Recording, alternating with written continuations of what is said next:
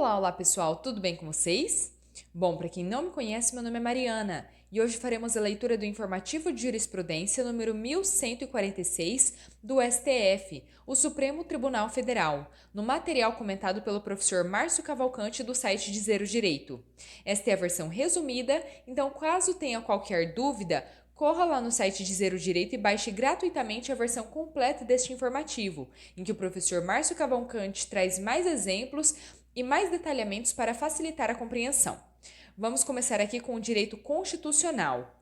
Forças Armadas. São constitucionais as detenções e as prisões disciplinares previstas no Regulamento Disciplinar do Exército, RDE, Decreto número 4.346 de 2002.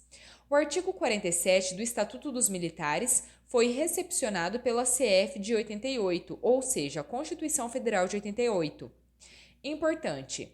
São constitucionais, pois não violam o princípio da reserva legal, normas do Decreto número 4.346 de 2002, Regulamento Disciplinar do Exército, que enumeram as punições disciplinares aplicáveis às transgressões disciplinares no âmbito militar. Tese fixada pelo STF.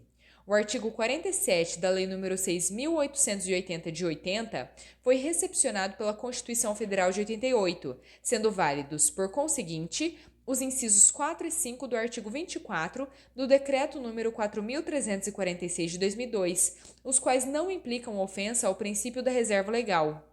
Artigo 47. Os regulamentos disciplinares das Forças Armadas especificarão e classificarão as contravenções ou transgressões disciplinares e estabelecerão as normas relativas à amplitude e à aplicação das penas disciplinares, a classificação do comportamento militar e a interposição de recursos contra as penas disciplinares. Artigo 24. Segundo a classificação resultante do julgamento da transgressão, as punições disciplinares a que estão sujeitos os militares são, em ordem de gravidade crescente: inciso 4, a detenção disciplinar e, inciso 5, a prisão disciplinar.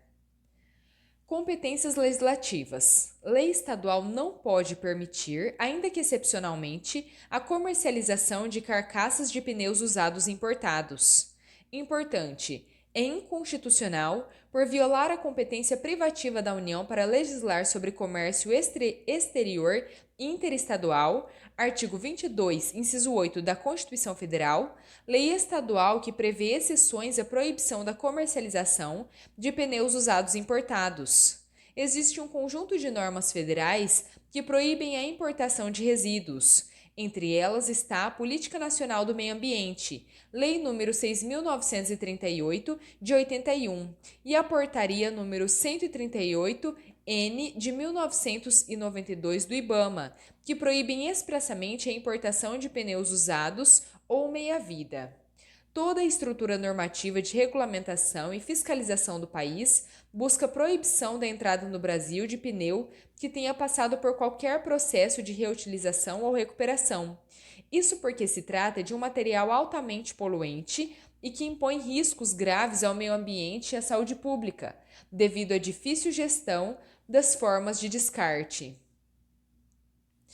Competências legislativas. Lei estadual pode obrigar que empresas de internet forneçam informações sobre a velocidade da internet na fatura mensal. É constitucional lei estadual que obriga as empresas prestadoras de serviços de internet móvel e de banda larga, na modalidade pós-paga, a apresentarem na fatura mensal informações sobre a entrega diária de velocidade de recebimento e envio de dados pela rede mundial de computadores. Essa lei não viola a competência privativa da União para legislar sobre telecomunicações, artigo 22, inciso 4 da CF de 88. Isso porque ela trata sobre direito do consumidor, tendo por objetivo a proteção dos clientes, matéria que é de competência concorrente. Artigo 24, incisos 5 e 8. Direito administrativo, temas diversos.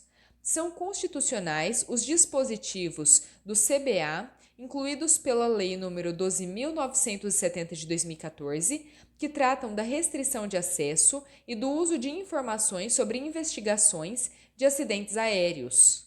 Importante: São constitucionais e estão alinhados com as padronizações internacionais, os dispositivos do Código Brasileiro de Aeronáutica, CBA de 86, que, em suma, dispõe sobre 1. A precedência da investigação do Sistema de Investigação e Prevenção de Acidentes Aeronáuticos, CIPAER, no tocante ao acesso e à guarda de itens de interesse, artigo 88-C. 2. A previsão da comunicação à autoridade policial competente dos indícios de crime que forem encontrados no curso de investigação CIPAER, artigo 88-D. 3. A vedação do uso da fonte CIPAER de dados dos sistemas de notificação voluntária de ocorrências, bem assim das análises das conclusões da investigação. CIPAER como provas em processos judiciais e em procedimentos administrativos, restringindo o fornecimento deles mediante requisição judicial. Artigo 88 e parágrafo 2º. 4.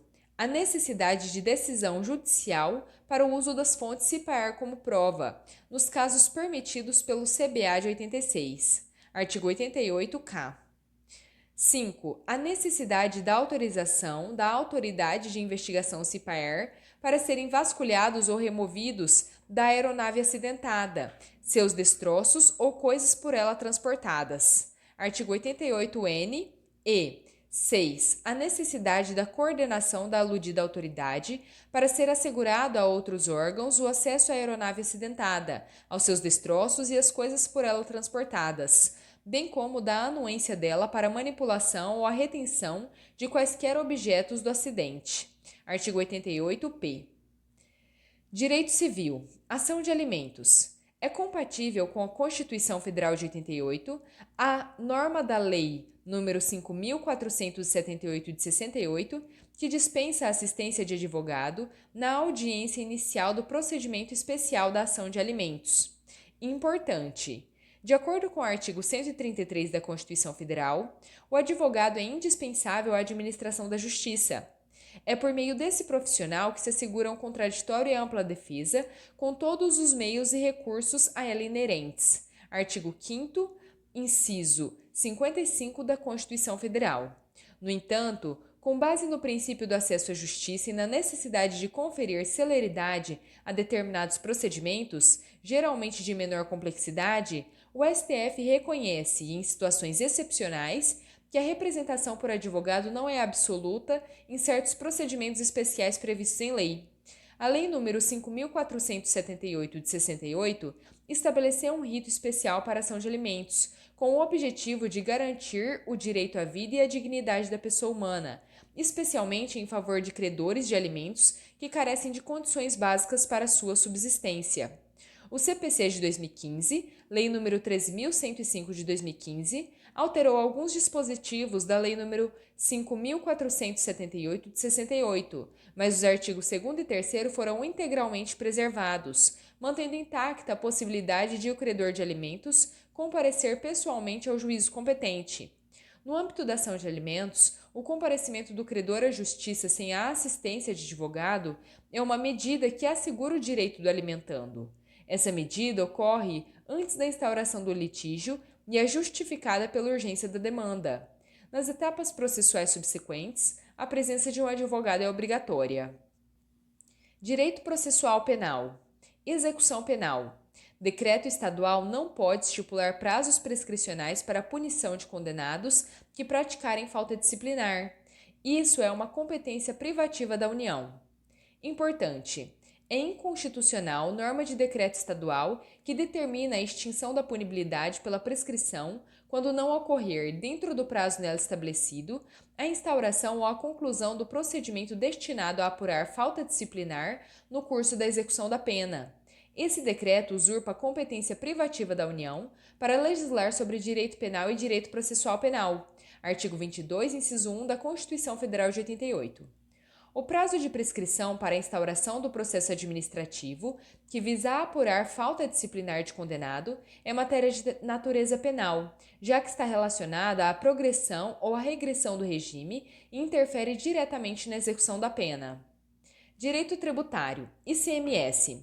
É constitucional a concessão de isenção de ICMS na aquisição de veículos por pessoas com deficiência, desde que haja expressa autorização em convênio do CONFAS, ainda que em momento posterior à edição da lei estadual originária, alterada por uma nova legislação.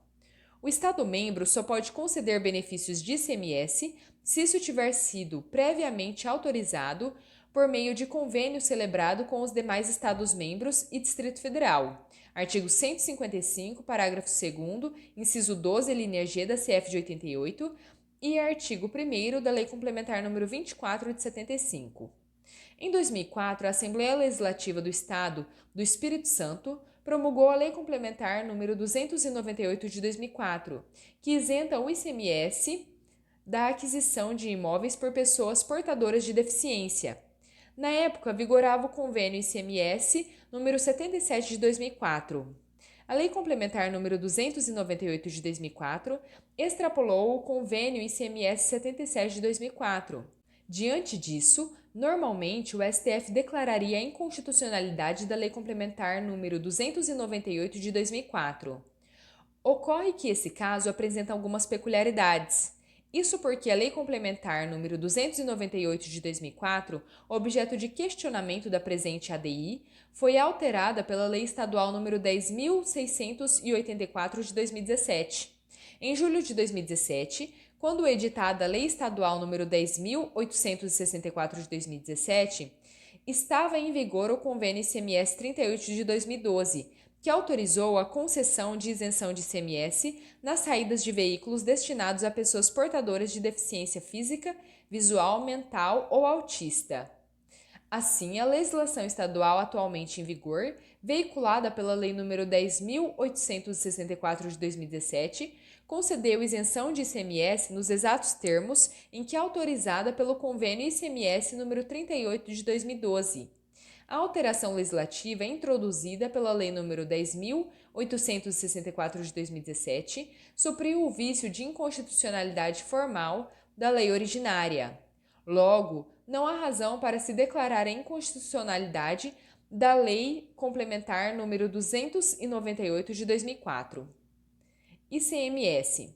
São constitucionais os dispositivos da Lei Complementar nº 123 de 2006, que obrigam o recolhimento da diferença de alíquotas interna e interestadual do ICMS-ST pelas empresas optantes do Simples Nacional que realizarem operações interestaduais. É constitucional a incidência da substituição tributária e do recolhimento do diferencial de alíquota de ICMS para as microempresas e empresas de pequeno porte optantes pelo Simples Nacional, na medida em que representa legítima opção político-legislativa em submetê-las a procedimento diverso do recolhimento por guia única, sistema de arrecadação unificada. Direito financeiro. Orçamento público. Ficam suspensas as emendas PIX apresentadas por parlamentares ao Orçamento da União até que o Congresso crie regras para garantir transparência na alocação desses recursos. Encontram-se presentes os requisitos para a concessão da medida liminar, pois 1.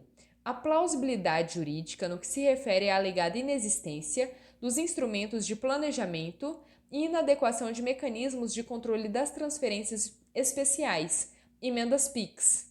E 2. Há perigo da demora na prestação jurisdicional, consubstanciado no risco de dano ao erário e à ordem constitucional, caso a realização das emendas PIX continuem sem ferramentas e procedimentos que assegurem a transparência e a rastreabilidade dos dados. Artigo 163-A da Constituição Federal de 88. Bom, pessoal, terminamos por aqui a leitura do nosso informativo. Espero que tenham gostado. Se gostaram, deixem o seu like, deixem o seu feedback nos comentários do que acharam, né? Compartilhem esse vídeo com outros estudantes e se inscrevam no canal se ainda não é inscrito. Isso ajuda muito com o prosseguimento dos trabalhos, né? E também nos estimula a poder seguir esta jornada de estudos. Muito obrigada, fiquem com Deus e até a próxima!